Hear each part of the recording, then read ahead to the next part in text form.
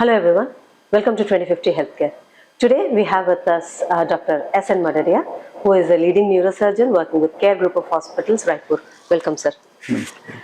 Sir आज हम एक बहुत ही विशेष टॉपिक पे बात करने वाले हैं जो कि है आरटी रोड ट्रैफिक एक्सीडेंट और इससे रिलेटेड हेड इंजरीज को लेके।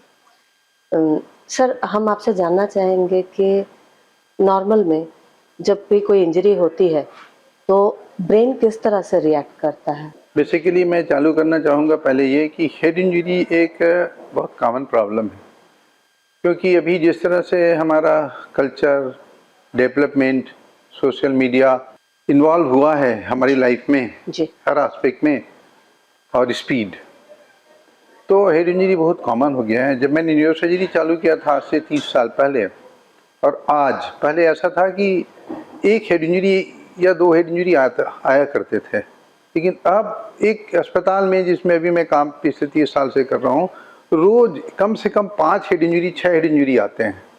तो आप सोचिए इतने अस्पताल बनने के बाद क्या कंडीशन होगी, कितने हेड इंजरी होते होंगे।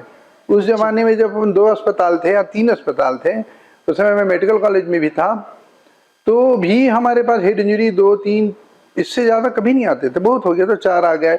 मास एक्सीडेंट अलग बात है, लेकिन अब ये हेड इंजरी बहुत ही कॉमन हो गया है क्योंकि हमारी लाइफ स्टाइल के अनुसार। और हेड इंजरी में सबसे इम्पॉर्टेंट ये होता है कि head is not a bone, जैसे spine is not a bone, it is containing the nerves tissue. तो ब्रेन जो है वो मोस्ट सेंसिटिव ऑर्गन है जो हमारे सिर के अंदर है। और जब हेड इंजरी होता है तो जिस तरह से बोन की इंजरी होती है उसी तरह ब्रेन की इंजरी बिल्कुल अलग होती है। ब्रेन की वेसल्स की इंजरी बिल्कुल अलग होती है। तो जब एक सिर में चोट लगता है तो जरूरी नहीं कि बाहर में ही चोट लगा है तब अंदर चोट लगेगा, नहीं। ब्रेन इंजरी के लिए एक्सटर्नल इंजरी का होना बिल्कुल भी जरूरी नहीं है। तो हेड इंजरी जब हुआ तो मेन अपन कंसर्न ब्रेन इंजरी के रहते हैं, केवल सिर की हड्डी की इंजरी से नहीं है। ऑफ कोर्स वो भी बहुत इंपॉर्टेंट है। और ब्रेन इंजरी जो होता है उसमें या तो प्राइमरी इंजरी ब्रेन का होगा जिसमें केवल नर्व का काम करने की क्षमता खत्म हो जाती है, जिसे डिफ्यूज एक्जानल इंजरी बोलते हैं, जिसमें किसी प्रकार की सर्जरी का आवश्यकता नहीं है, लेकिन पेशेंट कोमा में रहता है, उसको बहुत ज़्यादा मॉनिटरिंग की जरूरत पड़ती है। दूसरी इंजरी होती है जिसमें केवल ब्रेन में सूजन आता है, तो केवल अगर माइल्ड सूजन है तो उसके भी ग्रेडिंग होते हैं 1, 2, 3, उसके अनुसार उसको ट्रीटमेंट दिया जाता है। तीसरी इंजरी ब्रेन की जो होती है उसमें खून का थक्का जम जाता है, तो उसके साइज के अनुसार उसमें अपन इलाज करते हैं। चौथी इंजरी में इसको कंटूजन होता है। प्राइमरी ब्रेन की इंजरी बहुत बड़ा खून नहीं जमा है, लेकिन ब्रेन के जो सेल्स हैं वो डैमेज होते हैं। छठवीं जो इंजरी ब्रेन की होती है वो बाहर ब्रेन के एक्चुअल में और खोपड़ी के अंदर हड्डी के और ब्रेन के बीच में खून जमा होने लगता है, तो उसके कारण प्रेशर आता है। इस तरह से बहुत प्रकार की इंजरीज होती हैं, हर ऊपर और नीचे के ब्रेन के अलग अलग और प्रकार के होते रहते हैं। सर तो क्या इससे हम ये सोच सकते हैं कि हर प्रकार के ब्रेन इंजरी में सर्जरी आवश्यक होती है? नहीं, सर्जरी की आवश्यकता उसी में होती है जिसमें प्रेशर आ जाता है ब्रेन के अंदर। अच्छा। चाहे खून के कारण हो, चाहे सूजन के कारण हो, चाहे इंटरनल इंजरी के कारण हो। तो सर्जरी का उद्देश्य बेसिकली प्रेशर को कम करना है। अगर आपने टाइमली प्रेशर कम किया तो रिजल्ट मिलेगा आपको। तो सर्जरी का आवश्यकता मुश्किल से 10-15%, 20% एट द मोस्ट। हम तो एवरेज यही बोलते हैं कि 10% से ज़्यादा को सर्जरी की आवश्यकता नहीं पड़ती। वरना दूसरे केसेस में ऑन मेडिकेशन भी हाँ, लेकिन मेडिकेशन का टाइप, मेडिकेशन का प्रकार और मेडिकेशन देने के जो तरीके होते हैं, जैसे ABCD के 26 अक्षर होते हैं, लेकिन कितने वर्ड बन जाते हैं उसके आप काउंट नहीं कर पाते हैं। वैसे ये 5-6 प्रकार की दवाइयाँ जरूर है, लेकिन उसके कॉम्बिनेशन और डोजेज के बेसिक में उसके बहुत प्रोटोकॉल बन जाते हैं, वो जानना जरूरी होता है। रूल ऑफ थंब नहीं चलता हेड इंजरी में। हेड इंजरी एक डायनेमिक डिसीज है जिसमें आपको उस पर्टिकुलर सिचुएशन के अनुसार मरीज में डिसीजन लेना पड़ता है। इवन ऐसे भी हो जाते हैं कि अभी CT स्कैन कराएं और 6 घंटे बाद भी मुझे फिर CT स्कैन की जरूरत पड़ी पेशेंट को।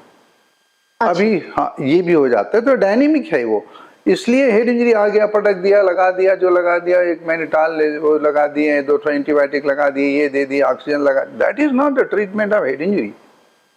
Head injury needs dynamic monitoring of the brain functions along with the other part of the body, because every part of the body has direct impact on the brain outcome. दिमाग के ऊपर हमारे शरीर में होने वाले हर परिवर्तन का डायरेक्ट इफेक्ट होता है, इसलिए ये डायनेमिक है।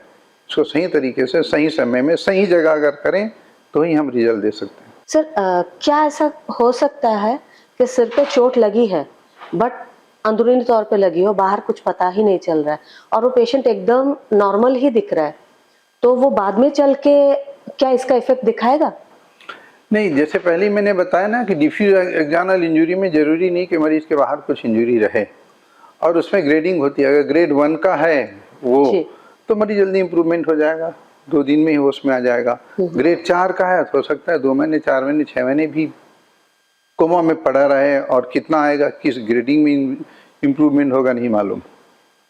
और आप जो एक बोल रहे हैं कि इंजरी होती है ना जिसमें ल्यूसिड इंटरमेंट बोला जाता है, उसमें क्या होता है, मरीज को इंजरी होती है, इंजरी के कारण मरीज थोड़ा बेहोश हो जाता है, उसके बाद मरीज ठीक हो जाता है और उसको धीरे धीरे खून जमने लगता है। खून जब जम के एक स्टेज के बाद जब खून की मात्रा 30 ml 25 ml से ज़्यादा हो, या ऐसे पॉइंट में हो जिसमें 10 ml की मात्रा भी मरीज को बेहोश कर देता है, तो वो जो इंटरवल है जिसमें मरीज थोड़ी देर के लिए बेहोश हुआ, फिर वो पेशेंट होश में आ गया, उसके बाद फिर बेहोश होने लग जाता है, इसको ल्यूसिड इंटरवल बोलते हैं। तो ऐसे मरीजों को बहुत टाइमली मैनेज करोगे तो आप रिजल्ट दे सकते हो। आप डायग्नोसिस बनाना भी इम्पोर्टेंट होता है। सर नॉर्मली जब कोई एक्सीडेंट से हेड इंजरी होता है तो वहाँ पे मेजर प्रिकॉशंस क्या लेने होते हैं? ये बहुत इम्पोर्टेंट क्वेश्चन है, क्योंकि हम पेशेंट को कैसे रिट्राइव करके लाते हैं, कैसे उसको उस स्थान से निकाल के लाते हैं, वो बहुत इम्पोर्टेंट होता है। सबसे पहले तो यही है कि जैसे मरीज है कि गाड़ी में फंस गया है तो आप खींचतान नहीं कर सकते, अच्छा है ना, खींच के निकाल दिया तो गया, वो बचने वाला भी चला जाएगा। तो हेड इंजरी जो रहते हैं, सीवियर हेड इंजरी में 25 से 30% मरीज को डॉक्यूमेंटेड स्पाइन इंजरी होती है, तो आप तो स्पाइन इंजरी बढ़ा ही देंगे अगर इस तरह से हैंडल किए तो अच्छा। तीसरी चीज़ें क्या है, जब कोई भी इंजरी होता है तो हमें देखना रहता है सांस चल रहा है कि नहीं, सबसे इम्पोर्टेंट होता है ब्लड प्रेशर कितना है, और लिम्ब की इंजरी है कि नहीं। तो मरीज को और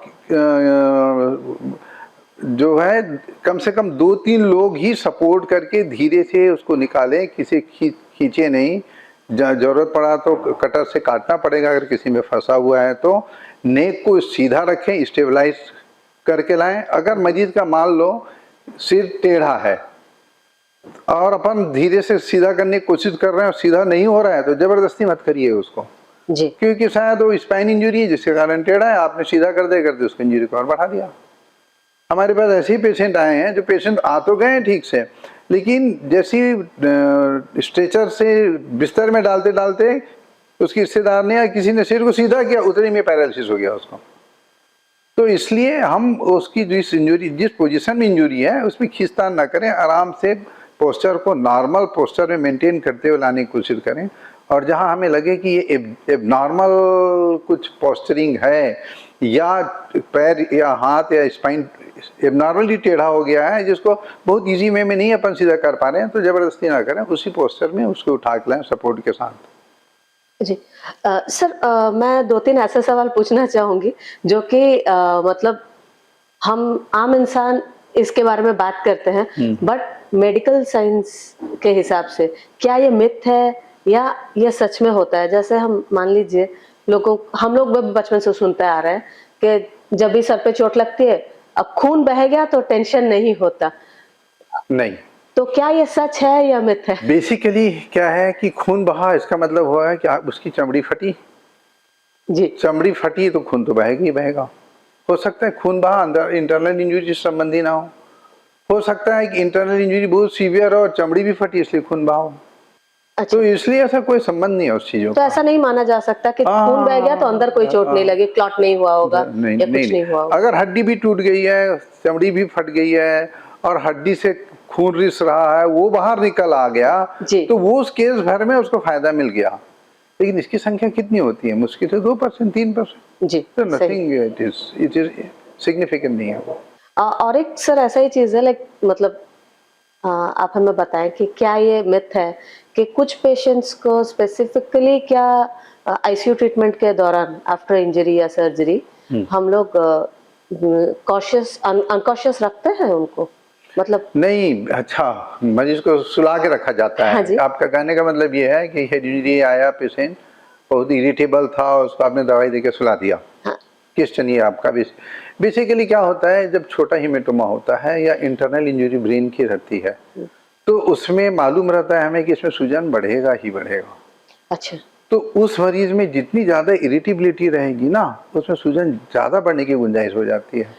तो ऐसे पेशेंट को रेस्ट देने के लिए थोड़ा सा ज़्यादा दवाई दे के सुला दिया जाता है और ऑक्सीजन की को कंट्रोल रूप में अच्छे से दिया जाता है, तो सूजन बढ़ने की गुंजाइश कम हो जाती है। अच्छा, तो ये कुछ कंप्लीट क्लिनिकल प्रोटोकॉल है? हाँ हाँ, क्लिनिकल है। पेशेंट का मोड ऑफ मतलब grade of head injury, type of head injury के ऊपर निर्भर करता है। सर, नॉर्मली क्या सारे हेड इंजरी पेशेंट्स को जो भी सर्जिकल प्रोसीजर से गुजरते हैं, उन लोगों को क्या वेंटिलेटर पे रखा जाना जरूरी होता है या नहीं वेंटिलेटर तक जाते हैं? नहीं, बेसिकली जिसमें ऐसा लगता है कि इसमें मल्टीपल इंजरीज हैं, फेशियल इंजरी ज़्यादा हैं, जिसको अगर अपन निकालते हैं और पेशेंट का सांस खराब होने की गुंजाइश दिख रही है, या ऐसे इंजरीज जिसमें सूजन बहुत ज़्यादा आने की गुंजाइश है, या ऐसी इंजरीज जिसमें ऑलरेडी बहुत ज़्यादा प्रेशर है, तो प्रेशर को कम करने के लिए मरीज को वेंटिलेटर में डाल के ऑक्सीजन की मात्रा ज़्यादा रख के सूजन कम करने की कंडीशन में, इस तरह बहुत इंडिकेशन होते हैं, उसी को रखा जाए सबको। अब जैसे हेड इंजरी आया, उसको खून जम गया है, आपने खून निकाला, मरीज ऐसे में होश में आ गया, दिमाग में सूजन नहीं आना है, तो उसके उसको आपको वेंटिलेटर में रखने की आवश्यकता नहीं है। तो सभी को नहीं रखा जाता, वो पर्टिकुलर इंडिकेशन में रखा जाता है जिसमें हमें लगे कि उसको सूजन कम कर सकते हैं और एसोसिएटेड इंजरी फेशियल नहीं हो, तो उसी को रखा जाता है जिसमें होता है। सर, एक बहुत सामान्य सा सवाल, जैसे ही आप एक न्यूरोसर्जन किसी भी ऐसे केस को जब रिसीव करते हैं, तो शुरुआती जांच आप लोग की कैसे होती है, ये प्रक्रिया कैसे होती है?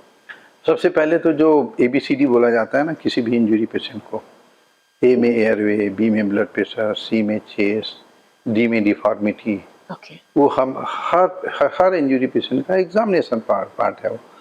वो देखने के बाद अगर ये चीज़ें स्टेबलाइज हो गई है, सब चीज़ें ठीक है पेशेंट का, तो हेड इंजरी है और आप सस्पेक्ट कर रहे हैं, तो आपको CT स्कैन चाहिए तुरंत। ऐसा नहीं है, बेसिकली क्या होता है, एक चीज़ें मैं आपको बताना चाहूँगा इसमें थोड़ा सा पॉइंट से हटके, कि पहले 20 साल पहले हमारे पास 10 हेड इंजरी आया करते थे, और वो हेड इंजरी में 2 पेशेंट ट्रेवलिंग में चले जाते थे, 2 पेशेंट इलाज के दौरान चले जाते थे, और 6 पेशेंट जो हम इलाज करते थे उसमें एक पेशेंट बहुत ही खराब निकलता था क्योंकि बहुत सीवियर इंजरी होता था। ये मैं केवल सीवियर इंजरी की बात कर रहा हूँ, जिसको ग्रेड 4 इंजरी कहा जाता है। जी। ग्रेड 3 to 1 की बात नहीं है, ग्रेड 4 की बात है। तो 5 पेशेंट लगभग बहुत अच्छे से ठीक हो जाते थे। अब क्या होता है, पेशेंट का हेड इंजरी होता है तो आजू बाजू के अस्पताल में कहीं जाता है, वो CT स्कैन के लिए 2 घंटा 3 घंटा 4 घंटे इंतजार करता है, CT स्कैन करा भी ले लेता है तो उसका रिपोर्ट आने में फिर 1 दिन लगने लगता है। तो अब जो हमारे 10 पेशेंट आते हैं वो या तो ना 6 घंटा बाद, 8 घंटा बाद या 2 दिन बाद आते हैं। तो अब जो पहले 5 पेशेंट बचते थे, this all for severe head injury, mind it, तो उसमें से केवल 1 ही बचते हैं।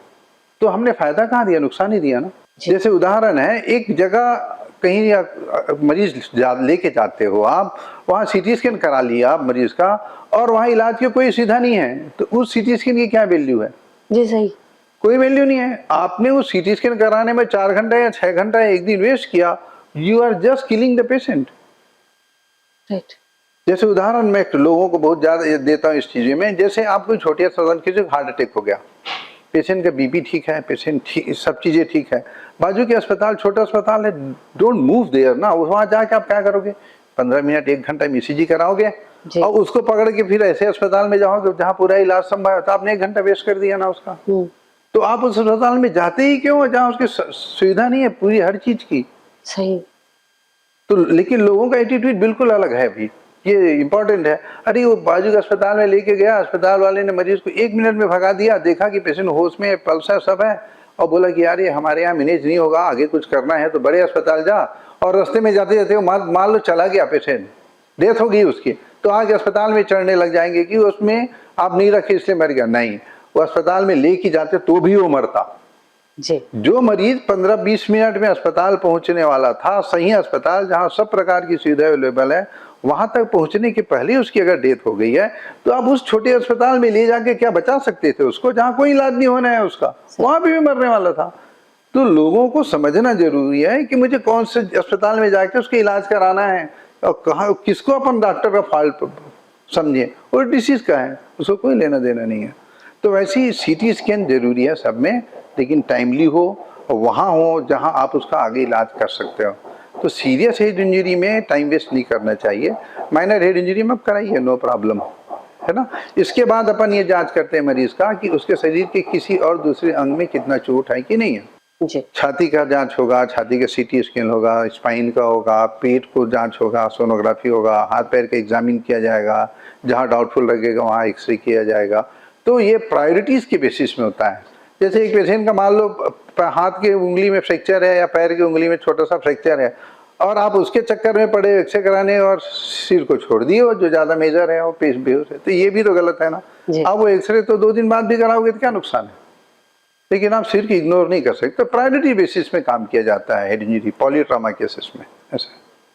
जी sir, most of the cases में सर्जरी के बाद इन पेशेंट्स को फिजियो की कितनी ज़रूरत पड़ती है? फिजियोथेरेपी तो बहुत इंपॉर्टेंट पार्ट होता है पेशेंट को। इवन अनकॉन्शियस पेशेंट में पेशी फिजियोथेरेपी अस्पताल में सेकेंड डे थर्ड डे चालू हो जाता है, नहीं तो कॉन्ट्रैक्चर्स हो जाएंगे। जहाँ पेशेंट थोड़ा अच्छा होने लगा तो उसको फिर अपन इवन पेशेंट ट्यूब में भी रहता है, टेकोस्टॉमी ट्यूब में या इंडोट्रिकल ट्यूब में, और पेशेंट थोड़ा स्टेबलाइज हो गया जनरल पैरामीटर में, तो उसको व्हीलचेयर में बैठाने लग जाते हैं, वहीं फिर कराने लगते हैं। इसलिए ये इम्पॉर्टेंट पार्ट है मैनेजमेंट का, और अकॉर्डिंग टू पेशेंट कंडीशन उस तरह से उसको चूज किया जाता है कि कौन सी फिजियोथेरेपी कब उसको चालू करना है, तो इमीडिएट चालू हो जाता है। चेस्ट फिजियोथेरेपी तो इमीडिएटली सेकेंड डे चालू हो जाएगी। अगर आप नहीं करोगे अनकॉन्शियस पेशेंट में चेस्ट फिजियोथेरेपी, तो निमोनिया तो होना ही है, उसको सिक्रेशन निकलेगा नहीं। तो आपको ये सब चीजें ध्यान देना, बहुत इंपॉर्टेंट पार्ट है वो, इसको इग्नोर नहीं कर सकते। सर, ये फिजियोथेरेपी हॉस्पिटल में जब होता है and once vitals are stable, तो आप लोग पेशेंट को डिस्चार्ज के लिए जब आगे बढ़ाते हैं, बट ट्रैकोस्टोमी पे है पेशेंट और उनको आगे चल के प्रॉपर नर्सिंग और फिजियो दोनों का एक एमलगमेशन चाहिए होता है इन पेशेंट्स को, जहां तक हमने देखा है आज तक। हाँ, नेचुरली यू मस्ट है वो। तो एक प्रॉपर न्यूरो रिहैबिलिटेशन जिसको हम बोलते हैं, तो इसका सर क्या महत्व है इन पेशेंट्स को नॉर्मल करने के लिए? बहुत ही इम्पोर्टेंट क्वेश्चन है, और बहुत ही इम्पोर्टेंट रोल है ये पेशेंट को रिकवरी में। जी।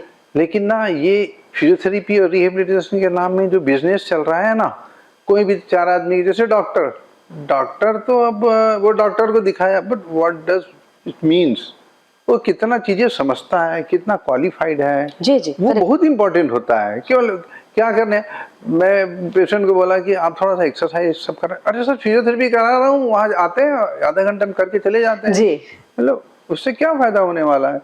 आप सही तरीके से सही मार्गदर्शन में अगर अच्छे से करोगे तो बेनिफिट मिलेगा। दूसरी चीजें क्या है, रिहेबिलिटेशन में पेशेंट को ले जाए भेजने का पर्पस ये होता है कि उसका एक्सपेंसेस भी कम हो जाते हैं प्राइमरी हॉस्पिटल में जो है। तीसरी चीजें हैं, रिश्तेदार को इन्वॉल्व किया जाता है मैनेजमेंट में, तो वो बेचारा घर में जाके केयर करना सीखेगा ना जी, तो वो बहुत इंपॉर्टेंट पार्ट है। तो वो डिसीज के बारे में जानेगा, पेशेंट के बारे में जानेगा, सही है ना। तो rehabilitation is not just to improve the patient condition, it is to sensitize the relatives also how to take the care of the patient. That is important. So it is a combined approach. और nursing care बहुत ही important है, केवल physiotherapy काम नहीं है, उसके साथ साथ नर्सिंग केयर ही जरूरी है। अगर वैसा पेशेंट है तो उसका टट्टी पेशाब का कैसे हो रहा है कि नहीं हो रहा है, पैर में कॉन्ट्रैक्चर है क्या, स्किन केयर क्या है, टेकोस्टॉमी केयर कैसा है, ओरल केयर कैसा है, हेयर को कैसे आप कर रहे हो, everything has to be taken care of. वो तो हमें बेसिकली क्या रहता है, हम जब पेशेंट ट्रीट करते हैं जो अनकॉन्शियस है या सेमी कॉन्शियस है, तो वो हमारे लिए एक 6 महीने का बच्चे के समान है। वो क्या कर रहे हैं क्या नहीं कर रहे हैं, हम उसके लिए सब चीजें। सही। तो वो हमारा 6 महीने का बच्चा है, ऐसा हम ट्रीट करते हैं उसको। ऐसा नहीं ट्रीट किया वो कमोड वो आ गया इलाज कर दिए चलो काम चला दिए, नहीं नहीं नहीं, बिल्कुल ही नहीं। उसको एक एक चीजों को ध्यान देना पड़ेगा, फ्रॉम टो टू हेयर। जैसे आप बच्चे का ध्यान देते हो ना, नाखून से आप बाल तक ध्यान देते हो, जी, जी। वैसे ही ध्यान देना पड़ेगा आपको, तब आप रिजल्ट देंगे, तब पेशेंट इंप्रूव होगा। वो बेचारा अनकॉन्शियस है, आपके पास आया है, किस विश्वास के साथ आया है। अगर आप विश्वास को पूरा नहीं कर रहे हैं तो आप जस्टिफाई नहीं कर रहे हो, and that is not purpose of doctor. You have to justify what is aim. Aim is to provide maximum possible care to the patients in every and each aspect, that is important. Sir, like एक proper surgery के बाद जब कोई भी patient उनके परिवारों वालों के सहमति से ये प्रॉपर रिहेबिलिटेशन का भी प्रोसेस अगर आजमाते हैं, उसके बाद चल के हम एक्सपेक्ट कर सकते हैं कि वो पेशेंट जो है वो एक नॉर्मल जीवन जी सकता है पहले की तरह। हाँ, ये इसके ऊपर निर्भर करता है कि उसको किस प्रकार की ब्रेन में इंजरी रही है। जैसे उदाहरण, अगर किसी पेशेंट को राइट ब्रेन में इंजरी है ना, शुरू में बहुत खराब है, लेकिन धीरे धीरे उसके सुधरने के बाद नॉर्मल लाइफ आने की गुंजाइश बहुत अच्छी है। अच्छा। मान लो इंजरी उसको ब्रेन के पैराइटल पार्ट में है, जो उसका बायां हाथ पैर चलाता है, तो अगर बायां हाथ पैर नहीं भी चल रहा है तो भी पेशेंट होश में रहेगा, सोचेगा, समझेगा, बोलेगा, जानेगा, पहचानेगा, सब काम करेगा ना, राइट हैंड से लिखेगा भी। नहीं चल पा रहा है तो भी नॉर्मल तो रहेगा ना, चलो व्हील चेयर में चला गया। मान लो उसको पैराइटल लोब में इंजरी है जी। और अगर सामने की ओर है तो कोई फर्क नहीं, आपको समझ ही नहीं आएगा उसको हेड इंजरी हुआ भी था क्या। लेकिन कॉन्ट्रेरी, अगर उसको लेफ्ट ब्रेन में इंजरी है तो लेफ्ट ब्रेन इज हमारा वर्किंग ब्रेन। हम जो कुछ भी सोच रहे हैं, समझ रहे हैं, बोल रहे हैं, जान रहे हैं, पहचान रहे हैं, सब बाएं दिमाग में है। तो ब्रेन के अगर उस भाग में इंजरी हो जाता है जिस ये फंक्शन के लिए बनाया भगवान ने, तो वो पेशेंट कभी भी नॉर्मल नहीं हो सकता।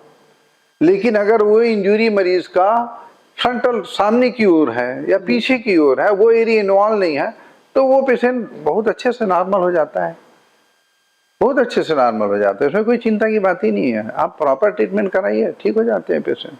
तो site of injury is very important for the outcome. जी सर, जैसा कि अभी हमारे बातचीत के दौरान निकल के आया है कि डॉक्टर अपने पेशेंट को माँ की तरह ही केयर करते हैं, तभी बात बनेगी। और यहाँ पे जितना केयर एक डॉक्टर लेता है, उसके बाद आगे चल के परिवार वालों का ज्यादा रोल रहता है कि वो किस तरह से पेशेंट को अपना रहे हैं, काउंसिल कर रहे हैं, ये समझ रहे हैं। और जब अस्पताल से मरीज मतलब आईसीयू से निकल के बाहर जाता है, चाहे वो जनरल में गया पेइंग वार्ड में, तो उसमें परिवार वालों का इन्वॉल्वमेंट बहुत ही इम्पोर्टेंट है, बहुत ही ज़्यादा इम्पोर्टेंट है। वो अगर अच्छा केयर करेंगे तो बहुत ख़राब पेशेंट बाहर आते हमने देखा है। और अगर वो काम चलाऊ रखे, बोले अब हो गया है, सब अस्पताल डॉक्टर फिजियोथेरेपी से करेंगे और हम केयर नहीं करेंगे, ठीक हो जाएगा, तो ऐसे सीरियस पेशेंट यूजुअली नहीं उबर पाते। सर, मैं चाहती हूँ आप कोई मैसेज दें इन फैमिली मेंबर्स को कि उस चीज़ को समझें और उनका जो इम्पोर्टेंस है, जो रोल है एक पेशेंट को सही करने में और उसके साथ खड़े होने में, वो अपने उस महत्व को समझ पाए। नहीं, देखिए, एक पेड़ लगाते हैं, उसमें पानी डालते हैं, सफाई करते हैं, लेकिन उसका जो केयर टेकर है वो हर चीज देखता है जी। वो बहुत इंपॉर्टेंट है, बहुत ही इंपॉर्टेंट है। आप ये नहीं बोलते मैं पानी और खाद डाल के चला गया पेट ठीक हो जाएगा, नहीं, एक केयर टेकर है, वो एवरी सब चीज को ध्यान में रखता है। जोर से हवा चलेगी तो उसको बचाने की कोशिश करेगा, बांध के रखने। वैसी हेड इंजरी पेशेंट में उसके रिश्तेदार, तो मैं बोलूंगा सब चीजें, वो सब चीजें वो डिसाइड करते हैं कि मुझे कहाँ लेके जाना है, कौन से डॉक्टर को दिखाना है। और जब पेशेंट आईसीयू से निकलता है तो उसको कितने चीजें खुद को करनी पड़ेगी। कोई फिजियोथेरेपिस्ट आएगा, कोई आएगा तो 1 घंटा आधा घंटा कर देगा, उसके बाद नेक्स्ट 18 आवर्स या 20 आवर्स तो उसके रिश्तेदार ही केयर करेंगे ना जी। तो रिश्तेदार का तो इम्पोर्टेंस बिल्कुल मदर की ही समान है। आप जब तक नहीं करोगे पेशेंट को रिकवरी नहीं मिलने वाली है। तो वो बहुत ही मेहनत लगता है, जितना मेहनत अस्पताल में लगता है मरीज को बाहर लाने में, मैं तो यही बोलूँगा कि उससे 10 गुना ज़्यादा मेहनत रिश्तेदार को करना पड़ता है। इसलिए मैं मरीज जब आते हैं तो मैं मरीजों को ये बोलता हूँ हमेशा कि आप ठीक इसलिए नहीं हुए कि हमारे पास आए, आप ठीक इसलिए हुए कि आपके रिश्तेदारों ने मेहनत किया है। इसलिए आप उनका रिस्पेक्ट करिए, समझिए उन लोगों को, उनकी बात को मानिए, ये बहुत इम्पोर्टेंट है। जी सर, आपने आज हमें इतनी सारी जानकारी दी इन सब चीज़ों के बारे में, जो कि नॉर्मली लोगों को समझ में भी काफ़ी टाइम में नहीं आता है। उनको समझ नहीं आता है कि अगर चोट लगी है, किस वक़्त, कहाँ, किस डॉक्टर को अप्रोच करना चाहिए और ये कितना ज़रूरी है। और एक सही समय पे अगर हम डॉक्टर के पास पहुँच पाएँ और एक प्रॉपर प्रोसीजर अगर फ़ॉलो कर रहे हैं, तो हम अपने परिवार वालों को बचा भी सकते हैं और उनको फिर से एक नॉर्मल ज़िंदगी दे सकते हैं। Sir, thank you so much for all the information. Thank you sir, thank you. Thank you, बहुत अच्छा लगा आपने